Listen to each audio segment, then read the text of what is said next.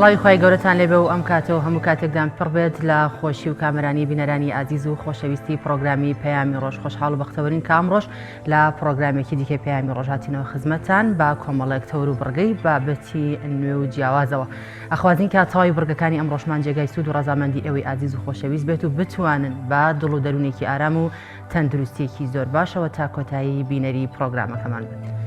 سڵاوتان لێبێ و ئەم کاتتان باش خۆشەویستانی بەرنامەی پەیامی ڕۆژ. منیش هیوای ڕۆژێکی پڕلا سوودەی و کامەرانیتان بۆ خوازم سڵاوێک کە شایستە بێ بە گەورەی و خۆشەویستیەوە پێشکەش بێ بە ئێوەی عزیز و خۆشەویست. بڕگە و بابەتەکانی ئەمڕۆمان لە سێ تەوەری سەرەکی پێگاتووە و واتە سێ تەوەری سەرەکی بەرنامەکەمان دەڕازێنێتەوە. تەوەری یەکەمی بەرنامەکەمان قسەکردنە لەسەر ئەوەی کە بەهۆی لەدایکبوونی پێغەمبەری پێشامان صلی الله علیه وسلم ئافرەت و ژن چ ڕۆڵ و پێگە و حرمەتێکی بۆ گێڕایەوە کە بە بەراورد بە پێش ئیسلام و دوای ئیسلامیش ئافرەت توانین بڵین ڕێز و حرمەتێکی زۆری بۆ گێڕاوە. ئێمە ئەمڕۆ قسە لەسەر ئەم پرسە گرنگە دەکەین بە تایبەت لە مانگی مەولودی لەدایکبوونی پێغەمبەری پێشەوامان صلی الله علیه وسلم. تەوەری دومین بەرنامەکەمان ئەمڕۆ کاتژمێردا لاوانی حیزبەکانی هەر چوار پارچەی کوردستان کۆبوونەوەیەکی جەماوەری سازەکەن بۆ یەکخستنی هەڵوێستی نەتەوەیی کورد بە تایبەت لە پرسە نەتەوەییەکاندا و ئەو کاتانی کەوا کورد لە یەکێ لە پارچەکانی کوردستان ئەکەوێتە بەر تیری نەیارانیەوە. ئەمڕۆ باس لە هەڵوێستی لاوانەکەین میوانێکمان دەبێت لە پارێزگای هەڵەبجەوە و ڕاستەوخۆش پەیامنێرمان لە نێو کۆبوونەوەکەی کارێزە وشکەوە یام لە نێو ئەو کۆبوونەوەی کە لە کارێزە وشکی سلێمانی ئەمڕۆ بەڕێوە دەچێت پەیامنێرمان زانیاریەکانی ئەو کۆبوونەوەیەمان بۆ دەگوازێتەوە. تەوەری سێمی بەرنامەکەمان تەوەرێکی تۆمارکراوی فێرکاری بڕین و درومانە کە هەفتانە خات و فەوزیە کاکەوەیز پێشکەشیەوەی عزیز و خۆشەویستکار لە پێناوەوەی کە خانمانی ئێمە ئەوانەی کە کارێکیان یا لە ماڵەوە ژنی ماڵەوەن بتوانن لە ڕوانگەی فێرکاریەکانی خات و فەوزیەوە فێری درومان و بڕین ببن بۆ ژیانی خۆیان یا بۆ کات بەسەربردننی خۆیان. ئەمانە کۆی بڕگە و بابەتەکانی ئەمڕۆماون بە دەر لە بڕگە هەمیشەیەکانی ڕۆژانەی بەرنامەکەمان. بەڵازدان هۆک هەمیشاش سەرەتا دەچینە لای ڕەوشی کەشوهەوای سەرجەمشار و شارۆچەکانی هەرێمی کوردستان.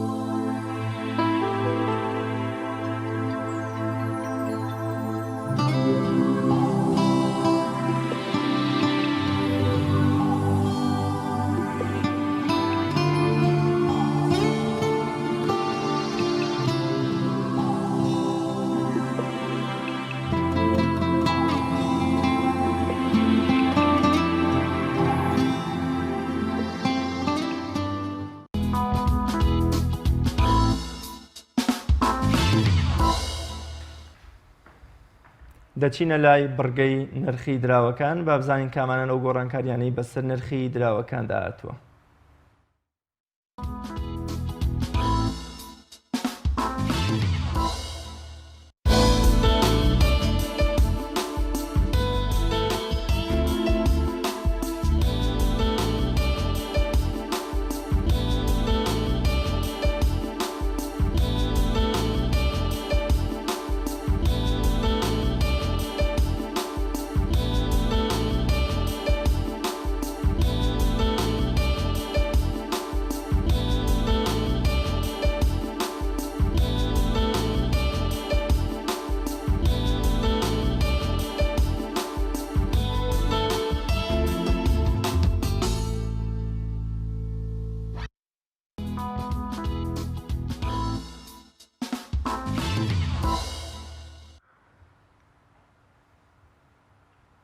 دەچینە لای بڕگەی یادەوەریەکان کە باس لەو ڕوودا و مێژوە گرنگانە دەکات کە لەم بەروارەدا و لە ساڵانی ڕابردوودا ڕوویانداوە. فەرموون با پێکەوە بینەریان.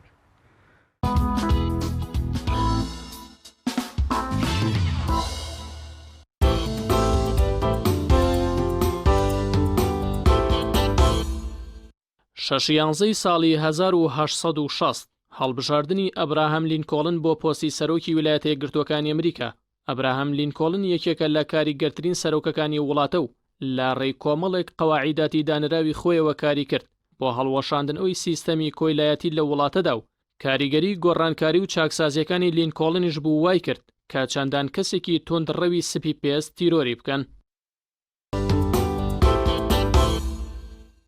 شەشیانزەی ساڵی 1946 دامەزراندنی ڕێکخراوی یونسکۆی سەر بە ڕێکخراوی نەتەوە یەکگرتووەکان بە بەشداری 26 وڵاتی ژیانی کە ڕۆڵی هەبوو لە کاولکاری وڵاتانی ڕۆژهەڵاتی ناوەڕاست و بەخشینی ڕەوایەتی بەستەمکاریەکانی ئەمریکا لە جیهاندا. شەشیانزەی ساڵی 1996 کۆچی دوایی زانا و وتاربێژی ڕەوانبێژی نابینای میسری شێخ عەبدولحەمید کۆشک بە بڕۆی تەواوی شارەزایانی بواری زمان و خەتابەت. شێخ عەبدولحەمید کۆشک بە کاریگەرترین و بەهێزترین وتاربێژدا دەنرێت لە مێژووی مسلماناندا و وتارەکانی لە ئاسێکی بەرزی زمانەوانیدا بوون بە جۆرێک لەلایەن زانایان و مسلمانانی سەردەمەوە نازناوی سوارچاکی مینبەری پێبەخشراوە. زیاد لە 2000 وتاری یەکەژمێری هەن بەبێ ئەوەی بچووکترین هەڵەوەستانیان تێدا بێت لە کاتێکدا لە قۆناغەکانی سەرەتای تەمەنیەوە هەردوو چاوەکانی لە دەست دەدات. شێخ عەبدولحەمید کۆشەگە هەمیشە لە وتارەکانیدا هەوڵی ڕاچەنین و بێدارکردنەوەی سەرکردەکانی عەرەبی دەدا و دەرچوون و تاوانەکانیانی باز دەکردن بۆیە چەندان جار لەلایەن دەسەڵاتدارانی میسرەوە توندی زیندانەکان کراوە.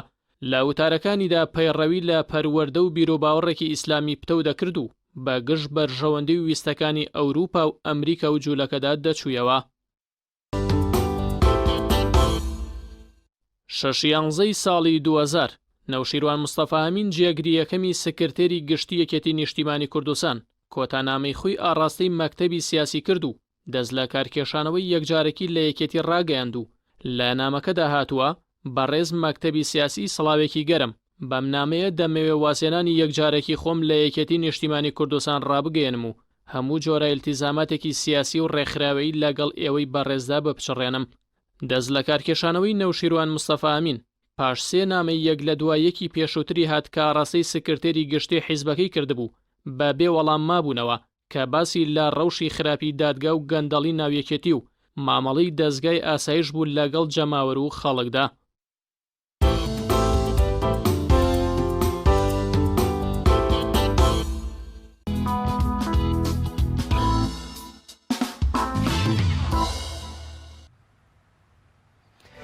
ئەگەر لە دایکبوونی پێغەمبەری پێشەوامان صلی الله علیه وسلم پرشنگ و خۆرێکی درەوشاوە بوو بێ و لە کەلات بێتە دەر ئەوە یەکەمین پرشنگ و تیشکی ئەو خۆرە بەر بە چەوساوە و ژن و بێنازەکانی کۆمەڵگە کەوت. بە جۆرێ لە جۆرەکان لە کۆمەڵگەیەکدا کە ژن هیچ جۆرە ڕەوایەتێکی پێنادرا، هیچ مافێکی پێنادرا، هیچ حسابێکیشی بۆ نەکرا و لە تەواوی پێداویستی یان مافەکانی خۆی لە میرات و لە بڕیاردانی کۆمەڵایەتی و سیاسی خۆی بێبەژەکرا. بە جۆرێ لە جۆرەکان ئافرەت ئەوەندە چەوسێنرابوویەوە، ئەوەندە زیندە بە چاڵەکرا، ئەوەندە بێمافکرا دەکرا کەوا ئەتوانین بڵین لە دوای پلەی ئاژەڵەکانیشەوە حسابی بۆکرا. بەڵام پێغەمبەری پێشەوامان صلی الله علیه وسلم بە لەدایک بوونی و پاشتریش بە وەرگرتنی پەیامەکەی توانی ژن بگێڕێتەوە بۆ ئاستی ڕاستەقینەی خۆی یا بۆ شوێنی ڕاستەقینەی خۆی و خوای گەورەش لە قورئانی پیرۆزدا ئاماژە بەوە دەکات کە ژن و پیا و بە یەکەوە دروست کراون، هیچ جیاوازی و فەزڵێکیان بەسەر یەکەوە نییە ئیلا بە تەقوا و خواپەرستی و خواناسین دەبێت. یەک نمونە دەگەڕینەوە بۆ ئەو کۆمەڵگە دواکەوتووە کە خاتو عایشەی دایکمان دەگێڕێتەوە لە مەدینەدا ئەگەر ئافرەت بکەوتاتە سوڕی مانگانەوە ئەوە پیا و بە هەموو جۆرێک خواردن و جلوبەرگ و خەوتن و دانیشتنی لەگەڵا مەنع دەکرد و لێی دوورەکەوتەوە. کاتێکە پێغەمبەری خوا صلی الله علیه وسلم ئەمە دەبیستێتەوە بە خاتو عایشە دەفەرمێت کەوا دەفرێگاوم بۆ بێنێ و خۆی لێی بخواتەوە، پاشتریش دەفەرمێت پێغەمبەری خوا صلی الله علیه وسلم دەمی نا بەو شوێنەوە کەوا من دەمم بە جامەکەوە نابوو کە ئەمە گەورەترین ڕێز و حرمەت بووە لەو کۆمەڵگە دواکەوتووە و لە جوولەکەکانی ئەو سەردەمەدا بینراوە کە گێڕاوێتەوە بۆ ئافرەت. بەڕێز دکتۆر شیلان عومەر مامۆستای زانکۆ ئەمڕۆ میوانی بەرنامەی پەیامی ڕۆژە بێ بۆ قسەکردن لەسەر گێڕانەوەی شکۆ و حرمەتی ئافرەت بە لەدایکبوونی پێغەمبەری خوا و لە چوارچەوەی پەیامەکەیدا. دکتۆر گیان زۆر بەخێر بێ و سوپاس بۆ ئامادەبوون. بەسەرەتا پیرۆزبایی ساڵیادی لەدایکبوونی پێغەمبەری پێشەوا لە جەناب توتەوای بینەرانەکەین و پێمان خۆشە بە کورتە پەیام و سەرنجی جەنابیشتان بزانین. بە ناوی خوای گەورە و میهرەبانەوە سڵاو و درود و خۆشەویستیمان بۆ گیانی پاکی پێشەوا و پزیشکی مرۆڤایەتی محەممەد درودی خوای لەسەر بێ. ئەوەی بەڕاستی هاتنی پەیامبەرەکان هەمویان نەکتەنا محەممەد درودی خوای لەسەر بێت چونکە ئەو وەزانین پێغەمبەر درودی خوای لەسەر بێ درێژە پێدەری هەموو ئەو پەیامانەیە کە لە حەزرەتی ئادەمەوە سەلامی خوایان لەسەر بێ خوای گەورە پەیامی ناردووە بۆ مرۆڤایەتی. پەیامەکان هەر هەمویان جەخت لەسەر مرۆڤبوونی مرۆڤەکانەکانەوە لە هەر کۆمەلگایەکە و لە هەر پنتێکە و لە هەر سەردەم و کاتێکە مرۆڤبوونی مرۆڤەکان کەوت بێتە بەر مەترسی کەوت بێتە بەر زەلیلبوون لە شکۆی کەوتبێ بەش توخمی ژن و توخمی پیاویشەوە خوای گەورە پەیامبەری خۆی و پەیامی خۆی و بەرنامەی خۆی بۆ ناردووە کە دوایمینیان ئەو خەڵاتە گەورەیە کە بە حەزرەتی محەممەد درودی خوای لەسەر بێ نێراوە. بۆیە من پێش ئەوەی باز لە بڵێن بێشکۆیی بێڕێزی بە پیرۆسەیر نەکردنی توخمی مێ بکەین گرنگە ئێمە هەڵوەسە لەسەر مرۆڤبوونی مرۆڤەکان خۆی بکەین کە هەموو پەیامەکان جەخت لەسەر مرۆڤبوونی مرۆڤەکانەکەنەوە بە هەردوو توخمەکەیەوە کە بێ هەردووکیان ئەرک و مافی خۆیان بزانن و هەردووکیان ڕۆڵی خۆیان بزانن و هەردووکیان کارکردن و تەواوکارانە کاریان پێکەوە لەو قۆناغی یاخود لەو شوێنی کە هەیان کاری لەسەرکەن. بۆیە زۆر گرنگە ئێمە پێش ئەوەی باز لە خودی ئافرەت خۆی بکەین توخمی مێبوونی بکەین باز لە مرۆڤبوون بکەین بزانین ئایا ئەو بەرنامانەی جگە لە بەرنامە ئاینەکان یاخۆ جگە لە بەرنامە ئاسمانیەکان هەموو ئەو بەرنامە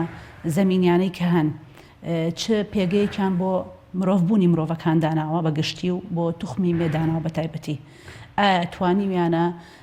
هەموو لایەنەکانی مرۆڤبوونی مرۆڤەکان تێر بکەن ئایا توانیویانە پەرە بە هەموو لایەنەکانی بدەن لە ناویشانە کە ئێمە باز لە خودی ئافرەت دەکەین. دەبەشەکەواتە دەتوانین بڵێن کە بە لەدایکبوونی پێشەوای مرۆڤایەتی پێغەمبەر درودی خوای لەسەر بێت خاڵی سەرەتای خاڵی وەرچەرخان بوو لە ژیانی ژناندا. وەکو پێشترش ئاماژم پێدا تەمان ئێمە لە قورئانە کە بۆمان باس کراوە یاخود لە ئەو ڕاوانەی ئاینەکانی ترکە هەن ئێمە پێش پێغەمبەرش درودی خوای لەسەر بێ ئافرەتەکانمان ئەوانەی کە شوێن بەرنامەی خوا گەوتونەکو حەزەتی ئاسیا کە خوای گەورە باسی لێوە کە حەزەتی مەریەمان هەیە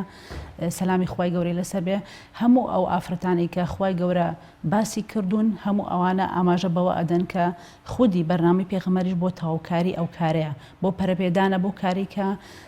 چۆن ئێمە بتوانین ڕۆڵ و پێگەی ئافرەت بەرەو کارایی بەری نەکەر ئەوە بەڵکو ئەوەی کە یەکەمین شت کە بەرنامەی پێغمەری خوداکاری لە سەرەتەکات ناسینی خۆیەتی چ پیا و خۆی بناسێ چ ئافرەتیش خۆی بناسێ بەداخەوە ئێستا ئێمە خۆمان هەوڵ نادەین خۆمان بناسین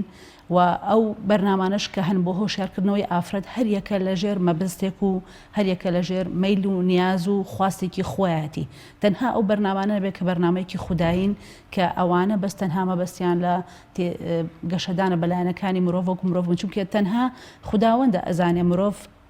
حەزەکانی ویستەکانی خولیاکانی لایەنەکانی پێک هاتیان چۆنە و چیە و چی پێویستە ئێمە بەڕەداخەوە ئەو هۆشیاری کە هەمانە زۆر زۆر کەمە حتا ئێمە کە ئیمانداریشین کە دینداریشین هۆشیاریمان لە ناو خودی دینەکانی بۆ پێگەی ئافرەت یعنی هەتا ئێستش زۆر شت هەیە زۆر بەداخەوەڵم ڕاوی زۆر هەڵی بۆ کراوە ڕاوی وەکو بڵین ئەگەر قبول بێ پیا و سالیارانی بۆ کراوە ئەوەی کە حقیقت و ڕاستیە بە ئافرەت ناوترێ بۆ نمونە لە ڕووی مارەیەوە لە ڕووی تەلاق وەرگرتنەوە لە ڕووی ئەو ڕێگەیانی کە خوای گەورە کۆمەڵێک شتە دایناوە بۆ ئافرەت لە ڕووی بۆ نمونە بەرپرسیارەتیە لە ماڵە ئەرچی لە دەرەوە یعنی ئێستش تا ئێستا ئێمە بمانەیە بەڕوونی بزین لە دینە لە دینی ئیسلامیە خی گەورە یاخود پێغەمبەری خوددا کە خۆی دوردی خوای لەسەر بێ کە خۆی هاتووە و بانگەشەی بۆ کردو و بەکارەکی خۆشی ئەمەی کردووە ینی خۆی داوای کردو ئافرەتانە بێ بێنە نوێژەکانەوە لە نوێژی جومعانە لە نوێژەکانی غەیری جومعاشە ئافرەت بەشداری بکە داوای کردو ئافرەت لە جەنگەکانە بەشدار بێ داوای کردو ئافرەتەکان لە هەموو کایەکانی کۆمەلگای بەشدار بێ بەڵام بەداخەوە ئێمە بە هۆی ئەو ڕەوتە مێژوویی بەهۆی ئەو کۆمەڵە گرفتاری کە دووچاری مێژووی ئیسلامی بوو لە قۆناغەکان هەر قۆناغە و جۆرێک لە هەڵوێستە جۆرێک لە ڕاوەکردنی بۆ کراوە کە ئەمانە هەمویان من پێم وایە هیچیان لە بنەڕەتی ئاینە وەرنەگیراون بەڵام بەداخەوە کراون بە دین کراون بە کللتور لای نەتەوەکان لای خەڵکەکان کە شوێن پێڕەوکردی ئەو ئاینەن کەواتەم جۆرە تێگەیشتن لە چێوە سەرچاوی گرتو کە خەڵکانێک هەنوا تێدەکەن کە ئیسلام ستەمی لە ئافرەت بڵێ لەگەڵ ئەوەشدا کە پاش هاتنی پێغەمبەری عزیزمان هەموو مافێک بۆ ئافرەت گەڕاوەتەوە پێگەیەکی تایبەتیە بۆ لە ژیانی پێغەمبەرماندا ڕاستکەواتە ئەم جۆرە تێگەیشتنا بێ لە چێوە سەرچاوی گرتی بێت وەکوتم ئێمە خەلەلێک هۆکارێکی نەنگی ئیشەکە بۆ خۆمان نەگەڕێتەوە کە ئێمە خۆمان ناچین هەڵهێنجاندن و هەڵگواستن بۆ هەموو ئەو بەهاو پێگانە بکەین کە لە دینی ئیسلامە دراوە بە خودی ئافرەت ئەوە خاڵێک لە خاڵەکەن خاڵێکی تر وەکوتم چۆن دەستکاری زۆر شتی تر کراوە بەداخەوە ئێمە هاتوین دینمان لەگەڵ کولتورەکانی مرۆڤەکانە ڕێکخستووە لەگەڵ ئەوەیە بێمە بین کولتورەکان لەگەڵ دینەکانە ڕێکخین بەداخەوە هەموو گروپێک هەموو نەتەوەیەک هەموو کۆمەڵێک کللتور و دنیابینی و دابوونەریت و ئاوەزمەندی تایبەت بە خۆی هەیە ئێمە دین ئەبێ دین ئەم کللتورە بە پێوەرەکانی دین چی بکەین هەڵبسەنگێنین ئەوەی لەگەڵ دینە ڕاستەوانە گونجا ئەوە ئێمە پەرەی پێبین و بهێڵینەوە ئەوەی کە لەگەڵ دینها نەگونجا بە پێچەوانەوە چی لێ بکەین وەلانین بەڵام بەداخەوە ئێمە هاتوین دینەکەمان کردووە بە پێودانگی کللتور ئەی پێوین ئەم شتە کللتورەکەی ئێمەوە لە ئیتر دینەکەمان فرامۆش کردووە کللتورەکەمان هەژمونی کللتورەکەمان زاڵ کردووە بەسەر دینەکەیە کە ئەمەش گرفتاری بۆ کردوین کە ئێستا بەداخەوە زۆر نەریتی کللتوری ناباوی هەڵا ئێمە لامان بۆ بەدین کە هیچ پەیوەندێکی بەدینەوە نێنێک لە هەر لە ئێمە لە هەموو کۆمەلگا مسلمانەکانە کە ئەمە شەوای لێ کردووە خەڵک لەو دیدگایەوە ئەڕوانێت ئەوەی کە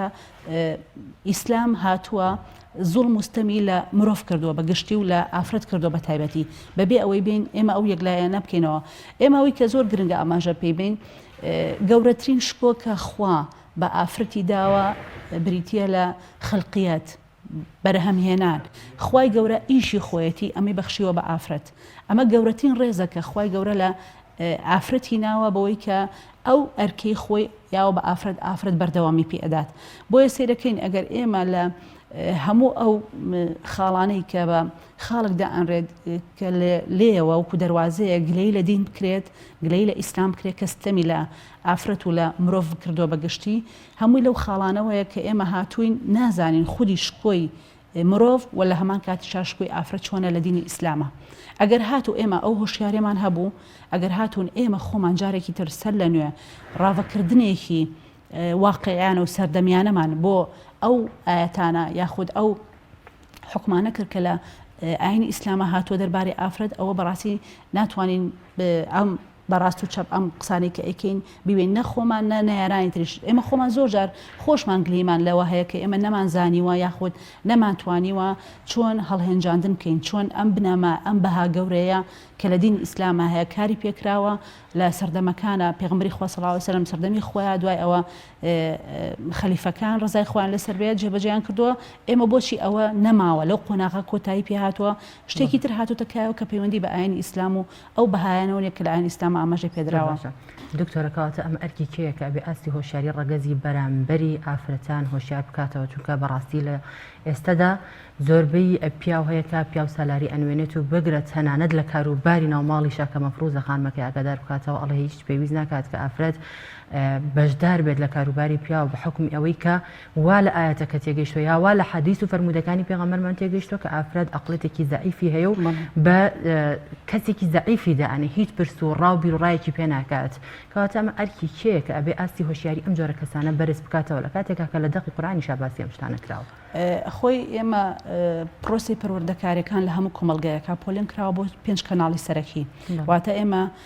ئەمە ئەبێت بچێتە ناوکایەکی پەروەردەوە ببێتە گۆشکردنی تاکەکانی کۆمەلگا ببێ بە کللتورتیانە بەداخەوە ئێمە ئەم پرۆسانی کای پەروەردەکاریانە لە کۆمەلگای ئێمە هەر 5 کەناڵەکە کە هەمانە خوان بۆ خوان لە قەیرانان یعنی خوان بۆ خوان جارە نازانن ئەو ئەرکەی لەسەر شانیانە بیکەن تاوەکو بێن لەو ڕێگەیەوە ئاڵێنجاندن بۆ ئەو بنەما و بەها گەورانە بکەن کە لە ئاینی ئیسلامە هەیە ئێمە هەر ئافرەت نەکەین بە قوربانی پیاویش قوربانی بەڕاستی کاتێک ئافرەت ستەمی لەکرێ پیاویش بەناڕاستە و خۆ بێ یا ڕاستە و خۆ بێ ئەویش ستەمی لێکراوە ئەویش بۆتە قوربانی بۆیە ئێمە ئەبێت ئیش لەسەر مرۆڤبوونی مرۆڤەکان بکەین چۆن ئێمە هەوڵ بین بەهای مرۆڤەکان شکۆی مرۆڤەکان بە توخمی نێر و میانەوە باڵا بکەین چۆن وان لێ بکەین پیرۆزیان بکەین کە بەداخەوە ئێستا هەموو ئەو بەرنامانی کە هەن بە ڕاستە خۆوا پیشانی مرۆڤ ئەدەن کە ئەمە ئەوێت باڵای بۆ نمونە مرۆڤکە بەڵام لە خودی خۆیان ناچین بێڕێزیکردنە بە پیرۆزی ئینسان بێڕێزیکردنە بە ئەو شکۆمەندەی کە خودی مرۆڤ هەیەی بۆیە ئەوەی کە جەنابتە فەرمووی ئێمە زۆر گرنگە لە کایەکانی پەروەردەوە چێ لە پرۆگرامی خوێندنە تەمان ئێمە کایەکانی پەروەردە یەکەمینیان خێزانە لە خێزانە بەڕاستی زۆر گرنگە پەروەردەکردنمان بۆ منداڵێکی نێر لەگەڵ منداڵێکی مێوکو یەک وابێ ئەو جیاکارەی کە هەر ئەکرێ لە لەدایک بوونەوە کە ئێشتا ژنەکە دووگیانە کە سۆنەرەکە ئەڵێ کچە جۆرێک لە چی دروستیە بێتەیە ئەگەر بکە کە کوڕە جۆرێک لە هەڵوێستی تیاابێ ئەمە خۆی بۆ خۆی هەر لە سەرەتاوە ناهۆشیاری ئەو خێزانەیە بەرامبەر بە هەردوو توخمەکە کە تۆ ئەبێت گیان نەکەیتەوە کەسیان فەزلی کەسیان نەی بەسەر کەسیانە هەردووکیان بە هەردووکیان کای مرۆڤایەتی تەواوەکەن نە بە پیا و بە تەنیا تەواوکرێن نە بە خودی ئافرەتیش تەواوەکرێ بۆیە خێزان زۆر گرنگە هۆشیاری خێزان چۆنێتی پەروەردەکردنی هەردوو توخمەکە لە ناو خێزانەکانە چۆن تۆ ڕێگەی بیتێ ئێستا بۆ نمونە من کچیشم هەیە و کوڕیشم هەیە چۆن ئەو ئەرکەی بۆ کشەکەیدا ئەنێم بۆ کوڕەکەشی دابنێم ئەو مافش کە ئەیەم بە کوڕەکە ئەبێ بێم بە کشەکەش ئەمە نادات هەروەریە کە من بێم گیان بکەمەوە تۆ ئافرەتی و تۆ کچی و تۆ کوڕی نە من لە هەنێ لایانی بایۆلۆجیا بۆ نمونە ئەگونجێت ئیشی قورس نێن بە کچەکەم بەڵام ئەو ناکاتەوەی کە من جیاکاری بکەم لە هەنێشتا ئیشێک نایان بە کوڕەکەم کە پەیوەندی بە لایانی بایۆلۆجیەوە بێ ئێمە گرنگە توخمی مێبوون و نێربوونی مرۆڤ بزانین لەکوایە ئێمە کاری لەسەرەکەین لەکوایە پەرەی پێ ئەدەین و توخمی مرۆڤ بوونەکانیشان لەکوێ پرێن خاڵی دووهەم و کەناڵی پەروەردەیمان بۆ هۆشیارکردنەوەی ئافرەت بریتە لە کەناڵەکانی ڕاگەیاندن کە زۆر بەداخەوە کەناڵەکانی ڕاگەیاندن بۆ پاشاگەردانی کە هەیە ئەوەندەی لە شکۆی ئافرەتیان ناوە ئەوەندەی بێڕێزیان بە ئافرەت کردووە نەیانتوانیوە ئافرەت هۆشیارکەنەوە نەیانتوانیوە ئاوەزمەندی ئافرەت باڵا بکەن نەیانتوانیوە ئاگایی ئافرەت بەرزکەنەوە کە ئەبێت تۆ ئیش لەسەر ئەوە بکەی ئێمە بەداخەوە لە درامەکانە پیشانە درێ ئافرەتێک وەکو دەستکەلایەک بەدەست ئەمە و بەدەستەوە کە لە ئەو پەیامەی کە خوای گەورە و پێغەمبەری خوا درودی خوای لەسەر بێ بە کارێکی پێمەڵێ ئافرەت بریتیە لەو پێشەنگەی کە ئەتوانێت جڵەوی پیاویش بگرێ بەڕاستی ئێمە هۆکار چێ ببوورە لە ئێستا خانمان وەکو کاڵایکی بازرگانی لە ڕاگەاندنەکانە بۆ ڕکلامەکان بەکارهێنرێت یاخود لە زنجیرە درامەکانە ڕۆڵێکی زۆر خراپیان پێ ئەدرێتکەواتە بەڵام زۆربەی خانمان خۆیان درێک بەمە ناکەن لە کاتێکا کە ئەمە ئەو پەڕی سوکایەتی و بێڕێزیە بەرامبەر بە ئافرەتان ئایا پەیامی پێغەمبەرمان لە ئێستادا ئەتوانێت چۆن چارەسەری ئەو کێشانە بکات؟ گرنگترین ئێمە لە پەیامی پێغەمبەر درودی خوای لەسەر بێ چارەسەر بۆ هەموو کێشەیەک دۆزراوەتەوە هەموو چارەسەرەکانیش بەردەستە بەس گرنگە چەندێک ئێمە بین کارەکی بکەین ئەوەی کە ببێ بە چارەسەر ئەوەیە ئەکەوێتە سەر ئەو میتۆدەی کە ئەو کەناڵە ڕاگەیاندانە هەیەی ئێستا بۆ نمونە ئێمە لە کەناڵە ڕاگەیاندنەکانی ئێرانە ئەوەی کە ئەیبینن ئافرەت هەمیشە سمبولە ئافرەت هەمیشە پێگەیەکی بەرسیە ئافرەت هەمیشە چارەسەرکەری کێشەکانە هەموو کێشەکانە گەڕێتەوە بۆ لای ئافرەت دنیابینێکی باڵایەیە ئەمە لە دنیابینی ئەو کەناڵانەوە کە ئەزانێت چۆن مامەڵە لەگەڵ کەرستەکانە بکە یاخود بۆ نمونە ئێمە بە هەمان شێوە لە کۆریەکانە ئەمە بینەوە لە ئەڵمانیا دوای جەنگی جیهانی دووهەم ئەوەی تا ئێستش ئافرەت لە زۆربەی زۆری پێگە گەورەکانە پۆستە بەرزەکانە تا ئێستش کە لە ئەڵمانیا بێنەوە ئافرەتانن دوای جەنگی جیهانی دووەم هاتن ئەڵمانیان هەڵساندەوە بەڕاستی چکە ئێمە ئازانین بە پێی زۆرینەی ئەو ڕووداوانی کە ڕویا زۆرینەی نێرینە لە ئەڵمانیا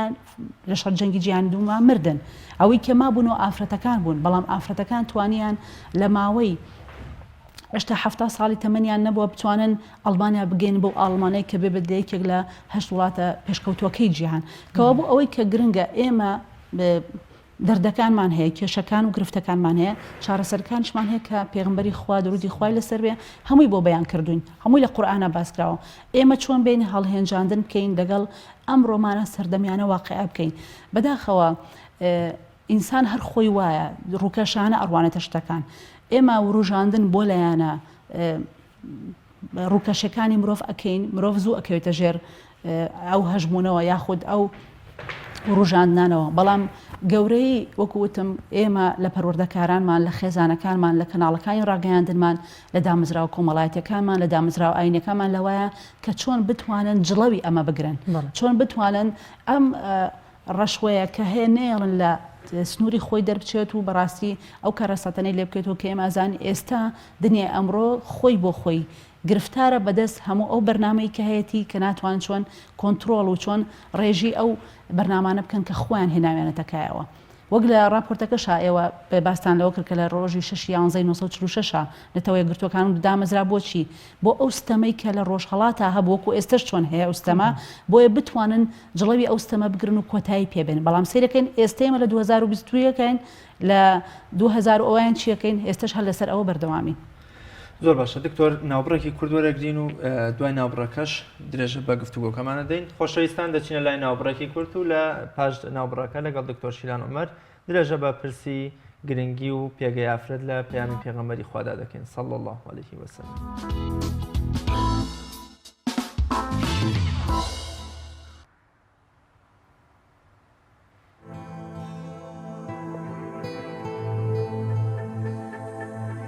دووبارە سڵاوتان لێبێت بەڕێزان بەردەوامی لەگەڵ گفتوگۆکانمان لەگەڵ خاتونی زۆر بەڕێز دکتۆرە شیلان عومەر دکتۆرە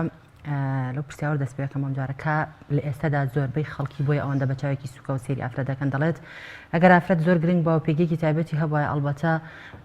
خوای گەورە دوو ژنی بەرامبەر بە پیاوێکدان ئەنا لە وەرگرتنی میراتدا یاخود بۆ شاریدان لە کاتێکدا کە دەزانین پێش ئیسلام ئافرەت هیچ ماف و هیچ بەها و هیچ پێگەیەکی نەبوو خەڵکانێک ئەمە بەستەمێکی گەورەدا ئەنێن تۆ بۆ ئەمە چی ئەڵێت؟ ئەوەش یەکترە لە ناهۆشارەکانمان بەرامبەر بۆکو ئەو حکومانەی کە لە ئاینی ئیسلامە هاتووە ئەگەر ئێمە ئەوە بکەین بە پێوەرد و ئافرەت بەرامبەر بە پیاوێک لە مەسەلەیەک لە دۆزێکی تایبەتیە بۆ کارێکە لە دۆزێکی تری هەمان شتا هەر خوای گەورە فەرموویەتی ئەسڵەن پیاو بوونی نییە ملیۆنێک پیاو بۆستێ بەرامبەر بە پیاوێک خوای گەورە حکومەکەی وەرناگرێت شایەتەکەی وەرناگرێت کە ئەوش نەسەبە تەنها ئافرەت ئەتوانێت یەکلایی کاتەوە کە ئەو مناڵی هیچەیە لەبەرەوە ئەتوانین لە یابڵێن کە بوو پیاویشی جڕێ بێ ڕێزێکی پێ نەکراوە ئێمە لێرە مشکلەکەمان لە ناهۆشیاریەکانمانە هەم بەرامبەر بە دین هەم بەرامبەر بە خۆمان هەم بەرامبەر بە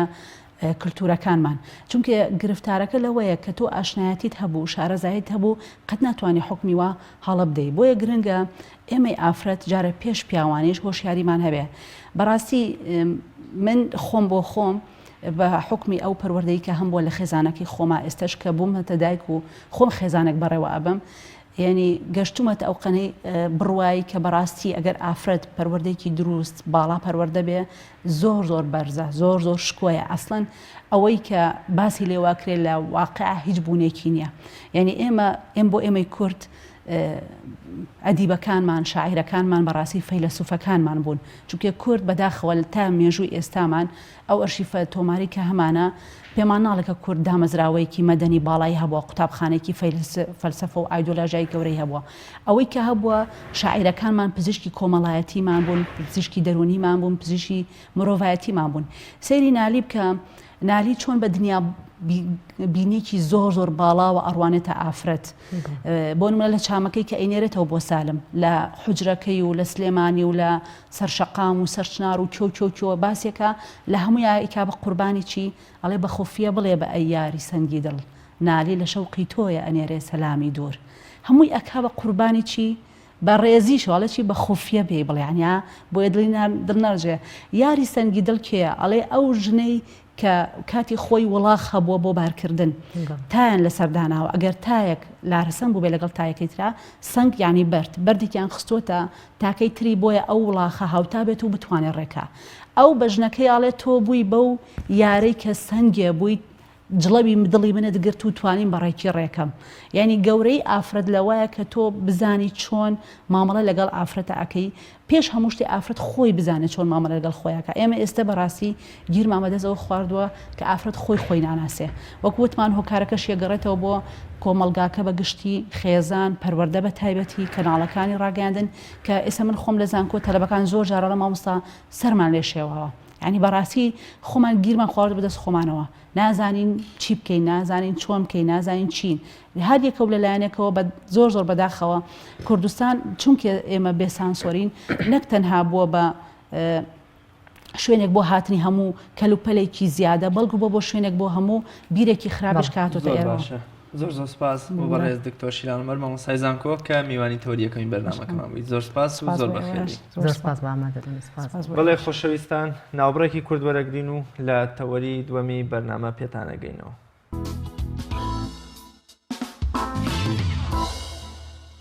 بەڵێ بەڕێزان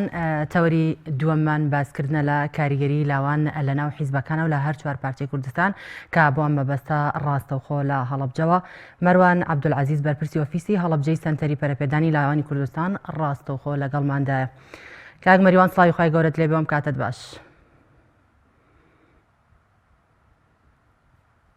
سڵاوی خوای گەورە لە ئێوە لە سەرجەم بینەرانی کەناڵی ئاسمانی پەیام. زۆر سپاس. کاک مەریوان ئەگەر پێمان بڵێ بزانین گەنجان چ کاریگەریەکیان لە کۆمەڵگەدا هەیە؟ بەڵێ دیارە داینەمۆی هەموو گۆڕانکاریەکان چینی گەنجان و چینی گەنجان ڕۆڵێکی بەرچاو کاریگەریان هەیە لە سەرجەم کایەکان لە هەموو ڕێکەوەتەوە ئەگەر سێری بکەی گەنج کاریگەری تایبەتی خۆی هەیە و هێزی کارە دەوڵەت دەتوانێت پشت بە چینی و توێژی لاوان بەسێ هەموو گۆڕانکاریەکان کە لە وڵاتە ئەکرێت چینی لاوان داینەمۆی گۆڕانکاریەکان و کاریگەری ڕاستەوخۆیان هەیە لەسەر هەموو گۆڕانکاریانەی کە ڕوەدەن لاوان چەندە هۆشیار بنەوە چەندە ئاس و توانا و ڕۆشنبیری و کاری پێکەوەیان هەبێ توانم بڵێمەوەنە تاسیریان لەسەر سەرجەم بابەتەکانە بێ. کەواتە ئایا بەڕای جەنابەت گەنجان دەتوانن نوێنەرایەتی کۆمەڵگا بکەن؟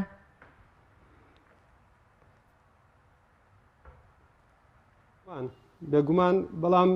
وەکوتم پێویستە گەنجانیش لەو ئاستا بن و هەست بە بەرپرسیارەتی خۆیان بکەن و ئاستی هۆشیاری و دڵسۆزی خوان بخەنەگەر واگەرنا لە ئاستی پێویستان نابن و لە جاتی چارەسەر زۆر جاری وایە گرفتیش دروستەکەن و ناتوان وەکو پێویست چارەسەری گرفتەکان و ڕۆڵی خوان بینن. زۆر باشە مامۆستا مەریوان ئەمڕۆ لە شاری سلێمانی ڕێکخراوەکانی لاوانی هەر چوار پارچەی کوردستان کۆبوونەوەیەکی بەرفراوانیان هەیە لە پێناو یەکخستن و ڕێکخستنی هەڵوێستی نەتەوەیانەی میلەتەکەمان لە هەر چوار پارچەی کوردستان بەبێ ڕەچاوکردنی ئایدۆلۆژیا و حیزبایەتی پێ جەنابتان وەکو بەرپرسی ئۆفیسی سەنتەری پەرەپێدانی لاوانی کوردستان لە هەڵەبجە تا چەند بەگەشتبینی و ئومێدەوە سەری ئەم کۆبوونەوەیەکەن و پێتان وایە ئەم کۆبوونەوەی دەبێتە کڵاو ڕۆژنەیەک بۆ ڕێکخستنی هەڵوێستی نەتەوەیی میلەتی کورد بە تایبەت لە ڕێی ڕێکخراوەکانەوە؟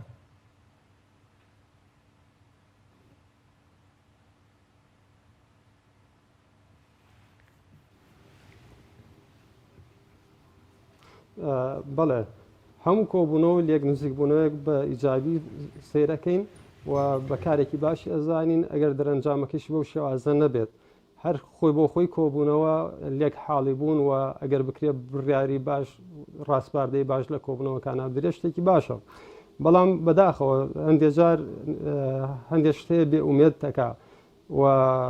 ئەو گەشتبینیە ناهێڵێ بە تایبەت مەوزوعی کۆبوونەوە کۆنفرانسەکانی ڕابردوو کە گەنجانی هەر چوار پارچە لاوانی هەر چوار پارچەی کوردستان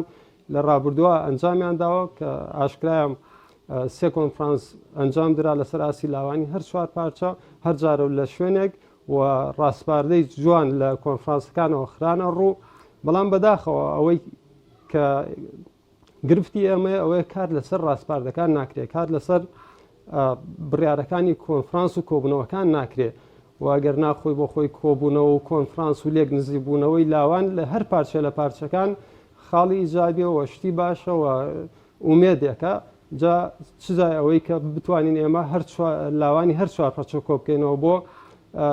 قسە و باز و گفتوگۆکردن و هەڵوێست وەرگرتن لەسەر هەر ڕوودا و پێشهاتێک کێتە پێش من بۆ خۆم گەشتبینم ئەگەر بتوانرێ ستافێکی باش هەڵبژێرێ دیاری بکرێ بۆ سەرپەرشتیکردنەوە بڕاردان سەرپەرشتکردنی ئەو بڕار ڕاستپاردانەی کە لەو کۆبنەوە دەرەچێت و ئەگەر ناگەر وەکو کۆبنەوەکانی پێشوو وەکو کۆنفرانسەکانی پێشوو بێ کە توانم بڵێم لە هەرێکە لەو کۆبوون و کۆنفرانسانەی پێشوو 15 خاڵەوە 20 خاڵ نووسراوە تۆمار کراوە بەڵام تاوەکو ئێستا خاڵێکی وای جێبەجێ نەکراوە کاری لەسەر نەکرا بەداخەوە من ئومێ دەکەم ئەمان وانە بێەوە ڕاستپاردەی باش بڕیاری باز دەرکەن بە دوواداچوونێکی ورد بکرێ بۆ بڕیارەکان و ستافی باشیش دیاری بکرێ بۆ سەرپەرشتکردنی ئەو ڕاستپاردە و بڕیارانەی کە لەو کۆبنەوە ئەکەوێتەوە. کەواتە هۆکار چییە کە لەم کۆمەلگایەدا هیچ ڕۆڵێک بە گەنج نادرێت ئایا ئەمە بۆ بێتوانایی گەنجان دەگەڕێتەوە یاخود هۆکارەکەی چییە کە گەنجان هیچ گرنگیەکیان پێ نادرێت هیچ ڕۆڵێکیان پێ نادرێت کەواش لە گەنج کراوە لەم کۆمەلگایەدا گەنج زۆر ناومێد بێت.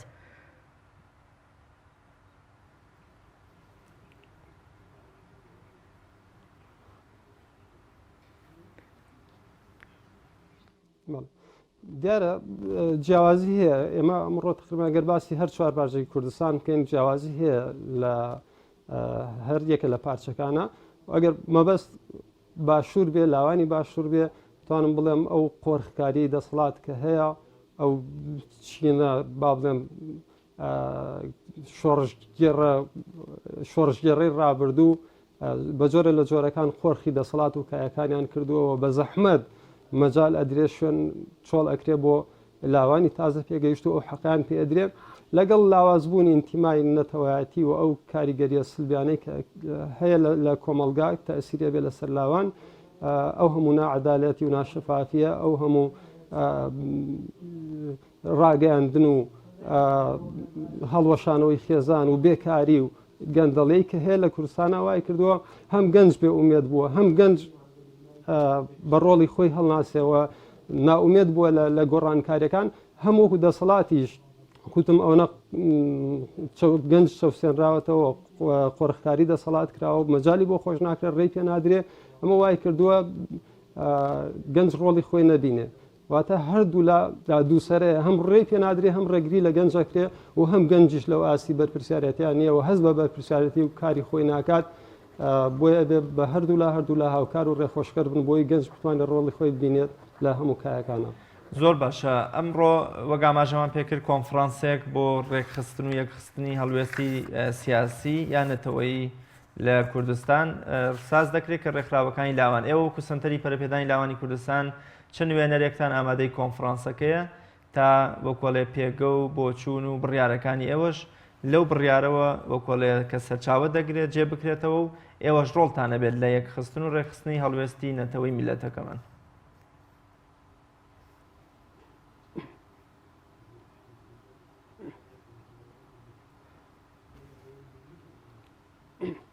بەڵێ ئاماژەم پێدامە کۆنفرانسی یەکەمی هەر چوار پارچە لە شاری ئامەد بەسرا و کۆنفرانسی دووەم لە هەولێر بەسرا کۆنفرانسی سێم لە دوهۆک قرار بوو لە 2014 کۆنفرانسی چوارەم ببەسرێت و دیاری کرا کە لاوانی ڕۆژ هەڵات ئەو شوێنەکەی دیاری ئەەکەن بەڵام بەداخەوە لە 2014 تاوەکو ئەو 2009 نەتوانرا ئەم کۆنفرانسە ببەسرێ ئەوش بەهۆی ئەو ڕێگری و گرفتانەی کە هاتە ڕێگەی کۆنفرانسەکە بەڵام مودەی چەند مانگێکە کۆمەڵە لە لاوان ڕێکخراوەکان هەستاون بە هەنگاونان و چەند کۆبنەوەی کراوە بۆ ئەو بابەتە دیارە ئەمڕۆ نەتیجەیەکی هەبووەوە ڕێکەوتون لەسەر ئەوەی ئەگەر نەتوانرێت کۆنفرانس ببەسرێت لەو ئاستا ئەکرێت کۆبنەوەیەکی گشتی ڕێکخراوەکان و لاوانی هەر چوار پەرچەی کوردستان ببەسرێت بۆ ئەوەی بتوانن بگەنە بڕیارێک و ئەو گرفتانەی کە ڕوبەڕووی لاوانە بێتەوە ڕوبەڕووی پارچەکانی کوردستانە بێتەوە بڕیارێکی لەسەر بدەنەوە کۆمیتەیەکی هاوبەش پێک بێنن من ئومێ دەکەم نەتیجەیەکی باشی هەبێەوە ئەو کۆمیتە دروست بکرێەوە ئەو کۆمیتە بڕیاری بەستنی کۆنفرانسی چوارەمیش بدات و دواتر ئەمەش ڕێخۆشکەر بێ بۆ بەستنی کۆنگرێنێتەوەی لەسەر ئاسی هەموو کوردان و هەر چوار پارچەی کوردستان. زۆر باشە ئێمە بێگومان هەست بەوە دەکەین کە تەنانەت وەزیرێکی پلە باڵایە وەزیرێکی سیادی لە نێو کابینەی حکومت بەتایبەت لە هەرێمی کوردستان مادەم سەر بە حیزبی دەسەڵاتدار نییە ناتوانێت هیچ گۆڕانکاریە بکات تەنانەت لە نێو وەزارەتەکەی خۆشیدا پێت وایە جەنابتان وەکو شارەزایەکی بواری ڕێکخراوەیی لاوان پێت وایە ئەم کۆنفرانسە بتوانێت کارێ بکە کە سبەی دووسبەی حیزبەکان مادام بڕیارێک بە پێچەوانەی ویست و بەرژەوەندی حیزبێکی دەسەڵاتدار بێت لە باکوور بێ ڕۆژهەڵات بێ کوردست باشوور بێ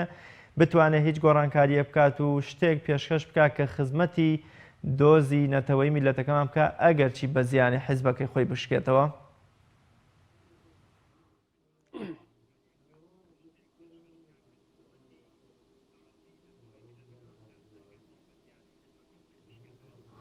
بێگومان نەخێر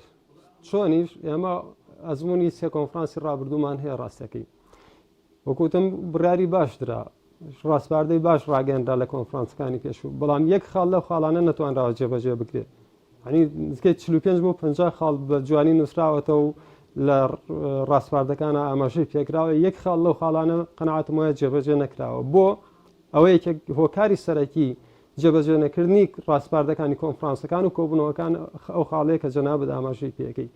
حتا نەک ڕاستپاردەکان تشکیلاتی کۆبوونەوەکان تشکیلاتی کۆنفرانسەکان کە ئەنجام مەدرێت و ئەو ململانیە سیاسی کە دروستە بێت لە نێوان ڕێکخراوەکانە بەداخەوە ئەو باگراندە سیاسی کە هەنە ڕێکخراوەکان هۆکاری سەرەکیە بۆ ئەوەی نەتوانرێ بڕیارەکان جێبەجێ بکرێن هەل لە پێکهاتەی کۆبوونەوە کۆنفرانسەکانە کە تۆی بینی دەرەکەوێت حیزبە دەسەڵاتدارەکان دوانی باشوور و ئەوانەی باکوور و ڕۆژهەڵات و ڕۆژئاوایش ئەوەی کە بیانەوێت بەو شێوازە تشکیلاتی کۆنفرانس و کۆبوونەوەکانەکەن بۆ ئەوی دواتر بڕیاری زۆرینە زاڵکەن بەسەر کۆنفرانسەکانە کۆبوونەوەکانەوە ئەو بڕیاری کە خۆیان ئەوە پێشوەخت داوێنە ئەو بڕارە بچەسپێنن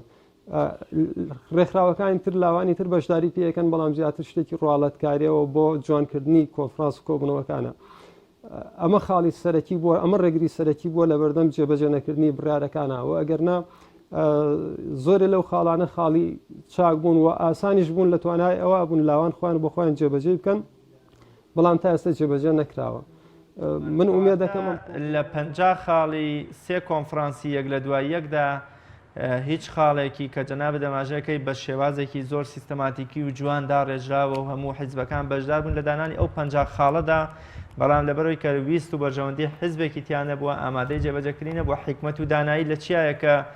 لە ئامەد و هەولێر و سلێمانی کۆنفرانسی یەک لە دوای یەک ئەنجامەدەن تەنها نووسراوی سەر کاغەزێکە و مرەکەبێکە وشەگە بێتەوە ناچێتە بواری جێبەجێکردنەوە حکمەتی ئەم کۆنفرانسی ئەم ڕۆژ لە چیایە کە ڕێکخراوەکان لە کارێزە وشکی سلێمانی کۆبوونەتەوە سازیان کردووە.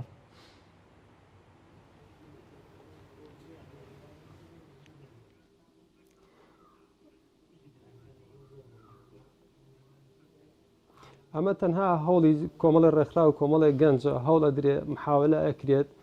شتێکی باشە بەڵام وەکوتم دواتر کە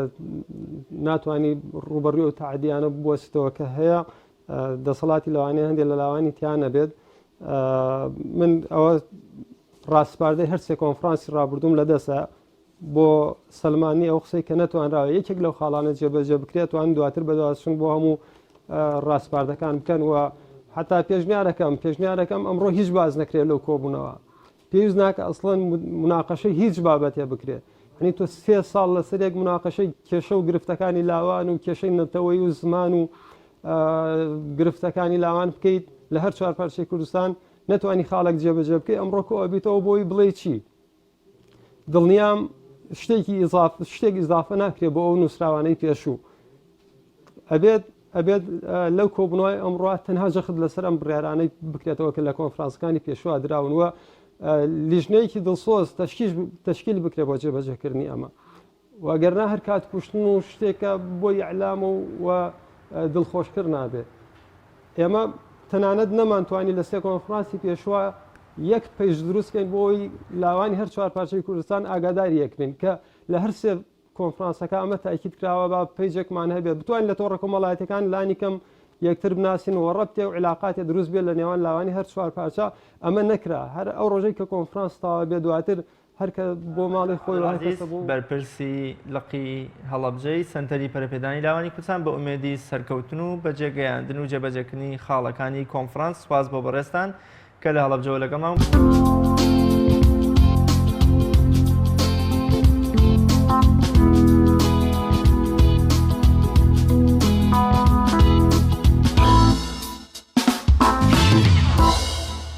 بەڵێ خۆشەویستان تەوەری کۆتایی بەرنامەکەمان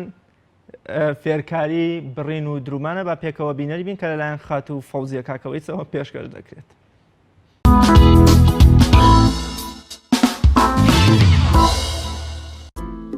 سڵاو خۆشەویستانی بەڕێز ئەمەوێ ئەم جارش بڕینی دوورین و بڕینی ڕۆبی ناوماڵتان بۆ بدورم و بۆتان ببڕم ئینشاڵایەوەش سوودی لێ ببین. سەمانوێ ڕۆبی ناوماڵ لە ماڵەوە کە لە بەریەکەی بۆ ستانە و ڕۆبی ناوماڵ ببڕی.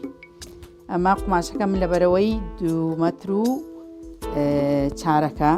ئافرەتەکە ئەوێت تۆڕێک کورت بێ ناوێت زۆر درێژ بێت. قۆڵەکەیم لێ کردوەوە بۆچی بۆ نەخشەکە لەبەر نەخشەکە قۆڵەکەم لێ کردێتەوە تەبان تۆ 2 مەتر و نیوەکە یا 2 مەتر و چارەکە 6 سانتی لەکەیت و ئەوەکەیتریە بێت بە باڵە.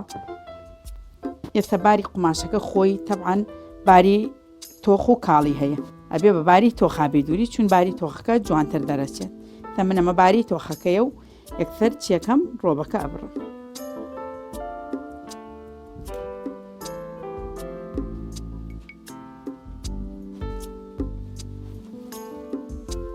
ئەم شێوەیە دەقیەکەم لەبەرەوەی جوان دەرچێت نابێ هیچ گێج و لۆچێکی تیابێ. باڵای کەسەکە خۆم مەترم کردووە 25.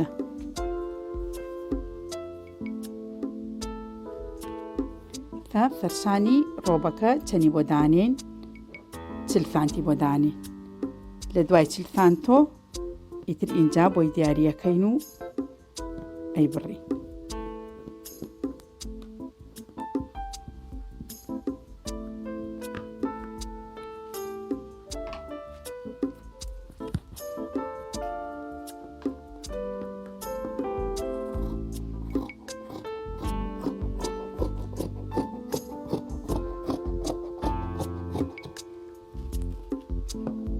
فەرشانی هەمیشە کۆڵەکەی نینی قماشەکان بۆ نمونە ئێرەی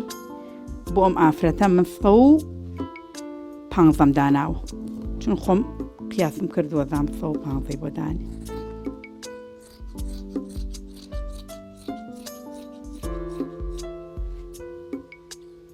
مەش بۆ شوێنی فەتحەکانی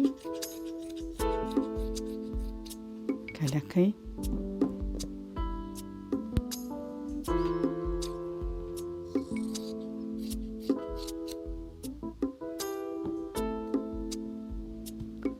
ئەمە باڵای ڕۆبەکەمان تەواو کرد دەکەین بە بڕینی قۆڵەکەی.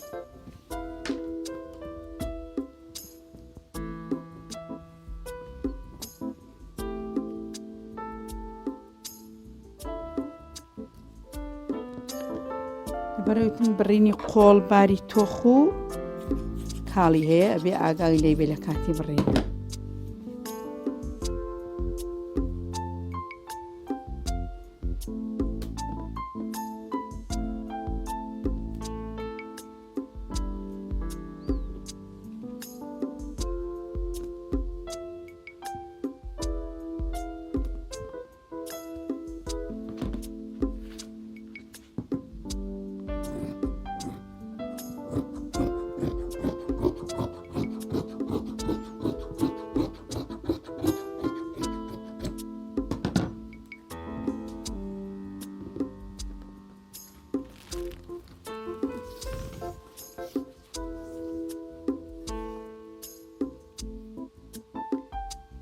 قۆڵەکە خۆی 55 من 55 ئەمە ئێڵمەوە بۆ نیشتانەوە 1 سانتیمیش لێرەوە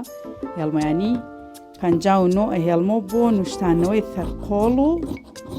دوورینەکەیشی بەدخۆی ئەبێ بێتە 55.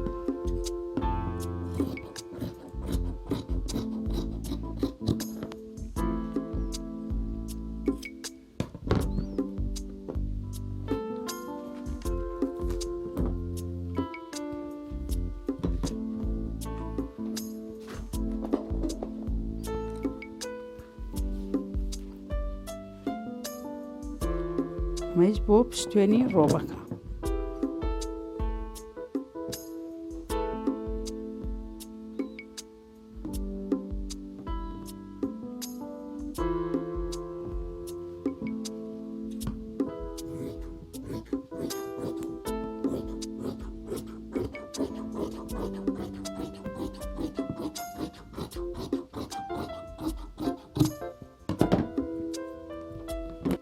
ئەمە بڕینەکەمان تەواو کرد. ئیستا دەکەین بە دوورین. ئیستا دەکەین بە دوورینی پشتێنەکە لە دیوی ناوە تەقەڵی پیانین و ئۆڤەریکەین جا هەڵەیەگەڕینەوە.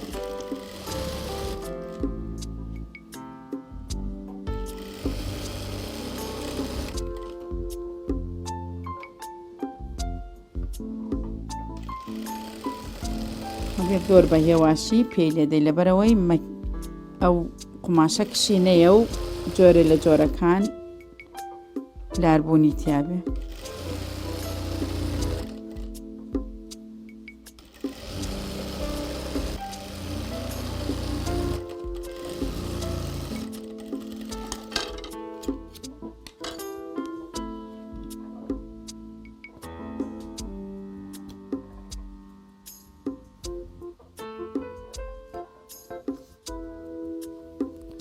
ئەمە پێشی ڕۆبەکە ئۆڤەرکەم لەگەڵ پشتێن و فەرقۆڵی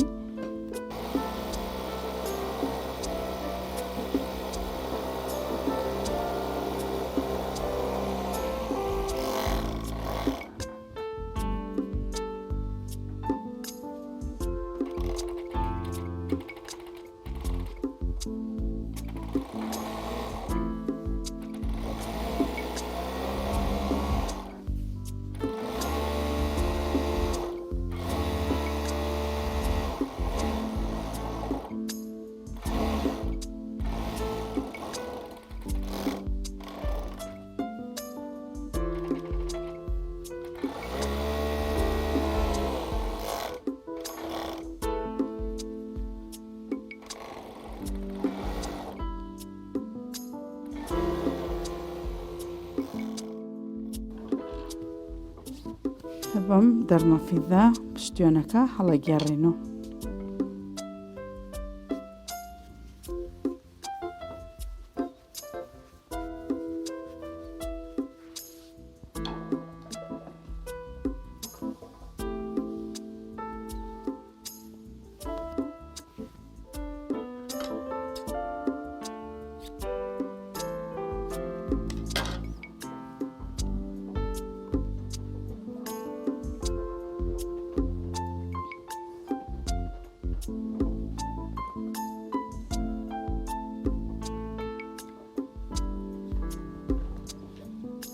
فەرقۆڵی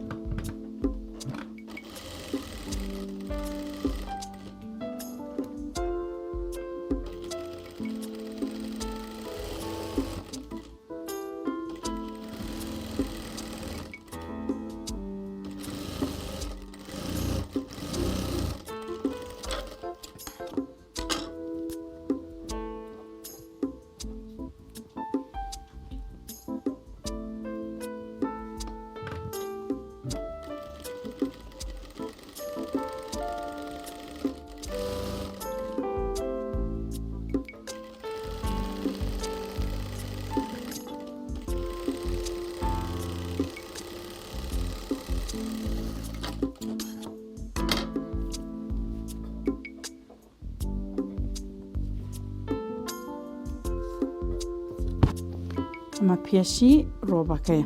بەڵام نامەوێت پێشی ئەم ڕۆبە بە دیوی ناواتەقەڵی لێدەم لەبەرەوەی جۆرێک لە جۆرەکان گێژبوون تیا دروست نەبێت. ئەمەوێ بە شێوەیەک تەقەڵەکەی لێدەم گێژبوونی تیانە بێ.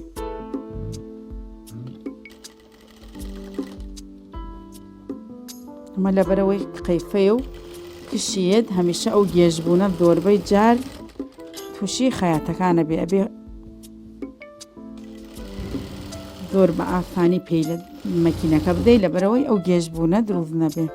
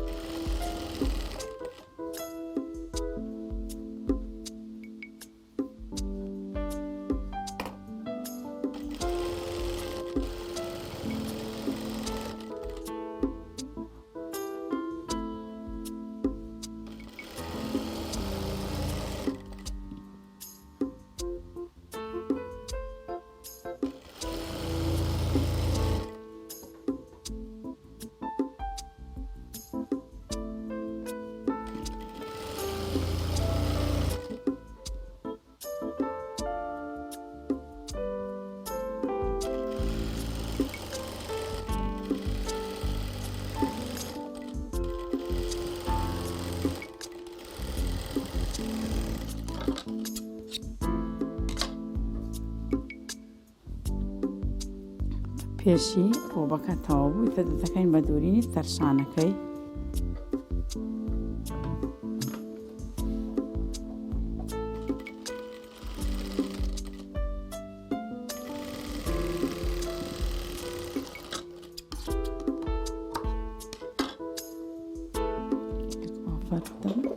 لەو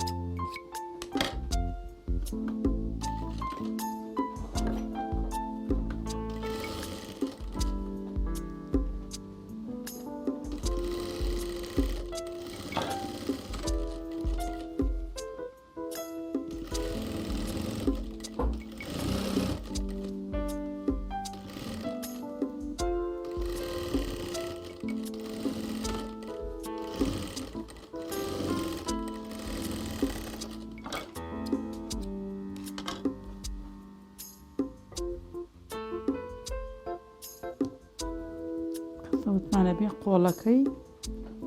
55 بمێنێتەوە تەبعاً تۆڵێ درێژە قۆڵەکە ئەو تۆڵەکەی بۆ کەم بکەین.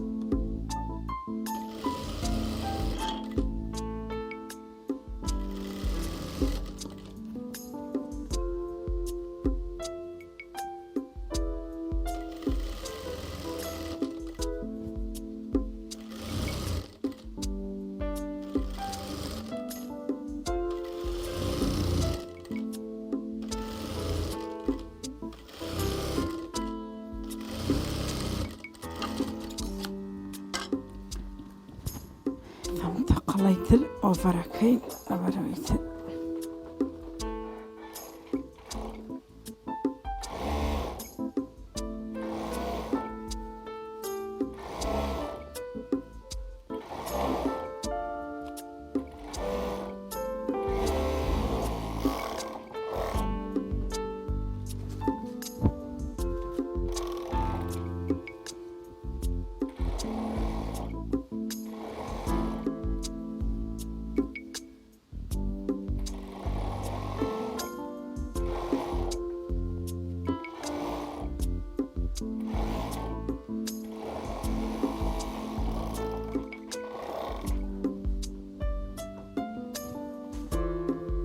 لە کەشێک لەمە تا ئێرە تقریبان 100 فاند ئۆڤەرەکەم بۆچی بۆ فەرحی ڕۆبەکە.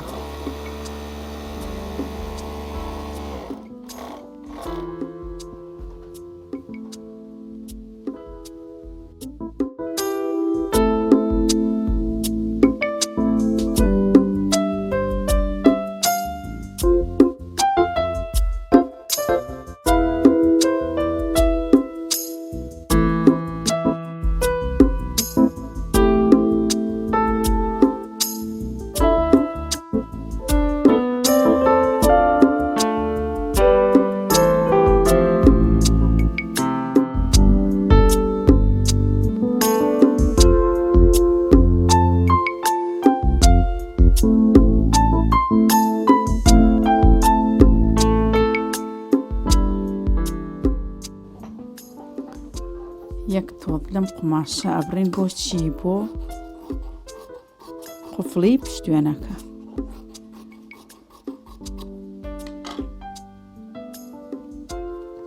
نایەوێ بێ دووری چوونەمە قەیفەیە پێویستی وە دووری نییە.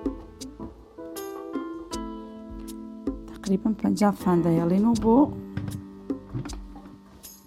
فەتحەکەی و ئیتر لێوە دەفەکەین بە دووری نییە.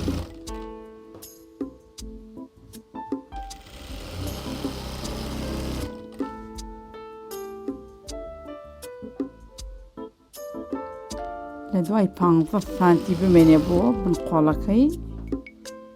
ئەمەی بۆ دادنی.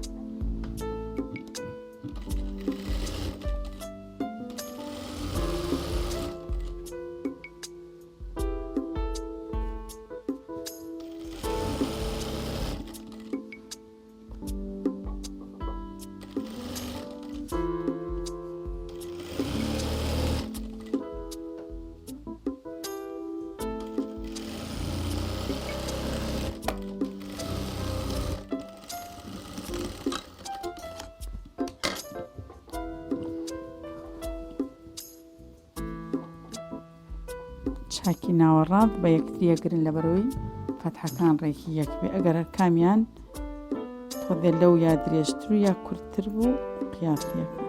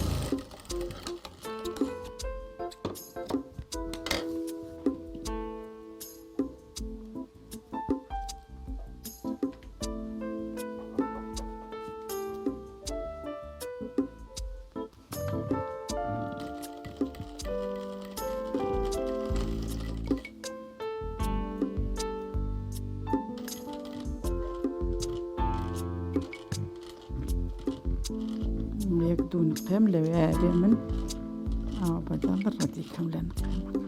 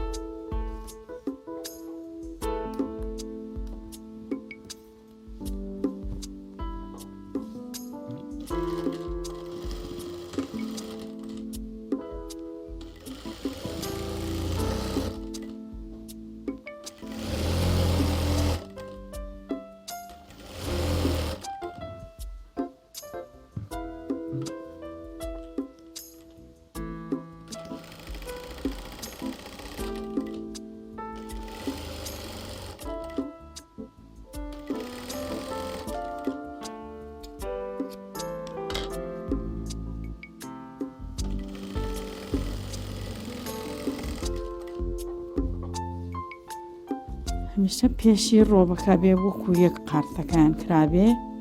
پێم پێشە لە یەکتری بگرین بۆەوەی هەردووکیان یەقیات دەرچنێکیان شۆڕ نەبەوەکیان کورت.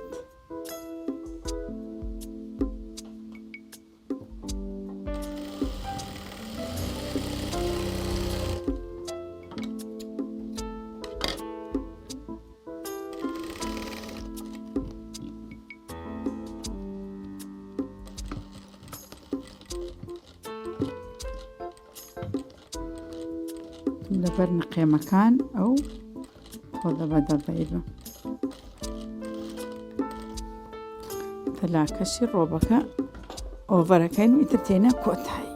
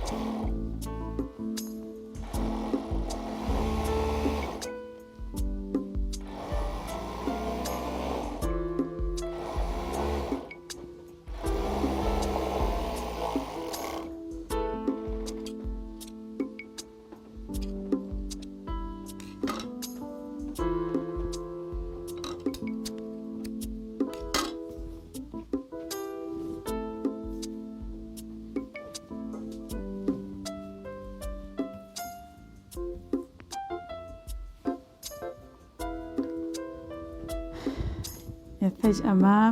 بڕین و دوورینی ڕۆبی ناوماڵ بوو. هیوادارم زۆرتان لێبینی بێ شتێکی زۆر جوانە و هیچ مشکلەیەکیشی نییە بۆەوەی کە ناڕەحەتبی بۆ بڕین و دوورین. ئەمەی فێرکاری ئەم جاران بووم هیوادارم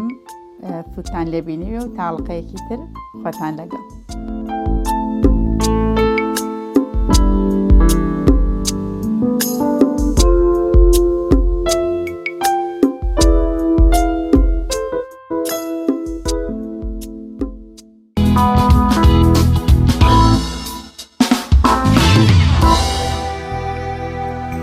ئەمڕۆژمان بە کۆتاگەیشتا پرۆگرامێکی دیکە بەخوای گەورە باڵا دەستانە سپێرین خواتان لەگەڵ.